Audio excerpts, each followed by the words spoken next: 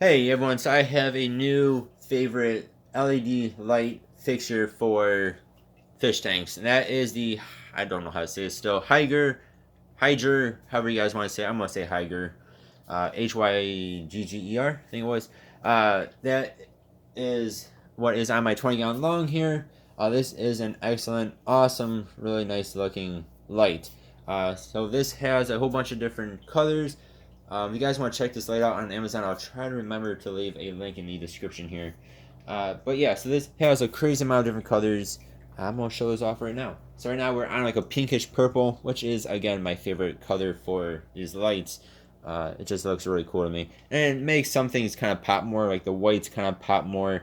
If you have like the glow in the dark, the glowfish gravel, that will pop as well underneath this light. Not as good as underneath blue light, but it still looks really cool. Then you have like this really cool, we'll call that aqua blue green. It's kind of a green blue color here.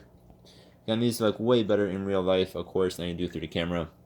It's just a really nice, clean color. Then you get a nice yellow color with a little bit of hint of green in it. Again, very bright.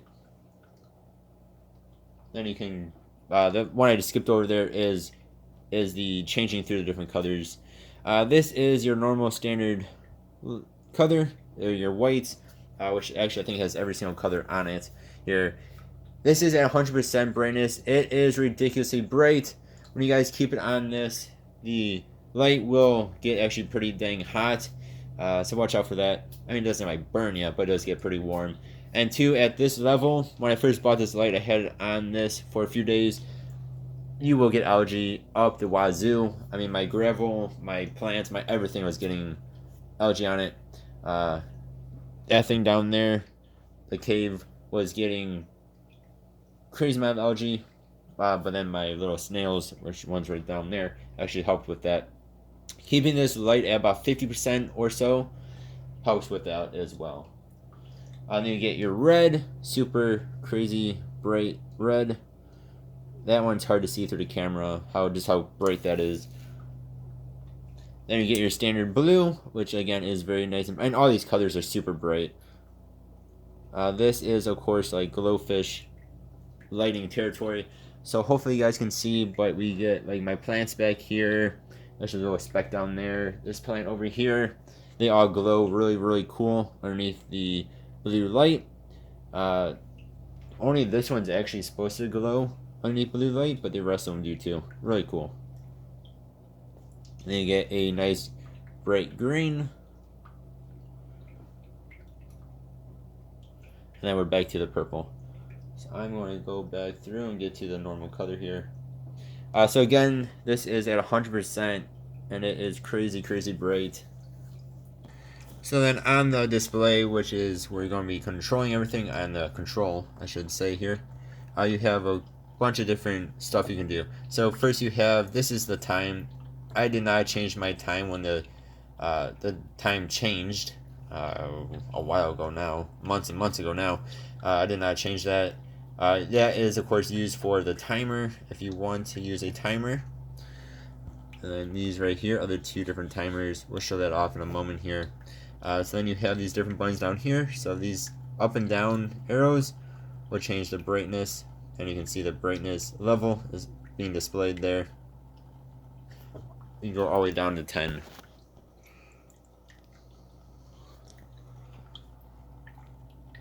And of course all the way up to 100. I keep mine at about 50%. It is very bright. Even at 50%, this thing is crazy bright. I said this is a very bright light. Very nice light too. And there is a light bulb right there. Hopefully you guys can see that. So you push and hold that, it turns on. Push and hold that. Push and hold that. It turns off the light. Touch it once the light's off and it'll turn on. You guys just touch it and it changes through the different colors there. You can see kind of in the background. You kind of gotta hit that thing just right and hold it, otherwise it will change their colors. Every night I do that on accident. Then over here is your settings, the little setting icon just like on a phone. So we will push and hold this. Did not do that right, hang on. Alright, push and hold. I accidentally let go of it. Push and hold, and this will start bleeping, so you can do 12-hour or 24-hour time. Touch the icon again. It'll give you to your actual time. My actual time is 9:37. So since we're in this, I might as well change it here. And then you use these little arrows to go up and down on your time. Touch it again and it will be set. Now if you just touch this, you will see the daylight, or the day L, which is your daylight timer, will start blinking there. Touch it again and your moon light, your moon L, will start blinking there. Hopefully you guys can see that okay. Touch it again and it'll get off those. So we're going to touch it there. Now it's on the day, so we'll hit and hold this. Then the off will start blinking, so we'll turn that on. Hit it again, and then you can set your timer for when you want it to be turned on. So we're going to say noon, because why not? Tap through it again to get to the different hours and minutes. Keep tapping it, and then it'll do. Then it'll see there. It'll be blinking off. That's when you want it to turn off. So again, if you wanted to change it, so right now it's on. Alright, it took too long. Now it's blinking on the 9, so we'll hit that. It'll change it to 10, or down. It'll change it back to 9. Hit it again. Hit it again. You'll get to the minutes. You can change it to whatever minutes you want. Hit it again, and now it's going to turn off because it's not noon yet. But you can see now it says daylight on. So that is your timer for the daytime lights. I hit the wrong thing. Start again. Tap it. Tap and hold. And then it would be on or off. I'm going to turn that off. Turn these lights back on. Then again, just do the same exact thing for the moon timer. The nighttime timer. So now it is blinking. The moon L is blinking. Push and hold. I'm going to turn that on. Tap it. That is when it'll turn on for the nighttime. So right now it is on PM. So which means at 6 PM, the nighttime lights will turn on. And then that tells you when it'll turn off. So it's really cool. So you actually get two different timers here. You want daytime timers and then nighttime timers. Hopefully that made sense to you all.